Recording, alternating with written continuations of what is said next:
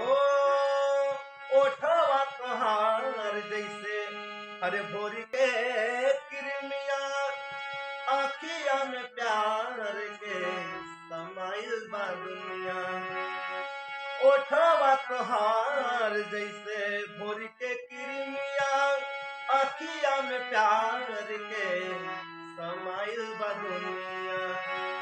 बिंदिया बुझाला ऐसे जैसे अरे चांद सजावले बड़े हैं कि भगवान बड़ी फुर्सत से तोहरा के बनौले बड़े। भगवान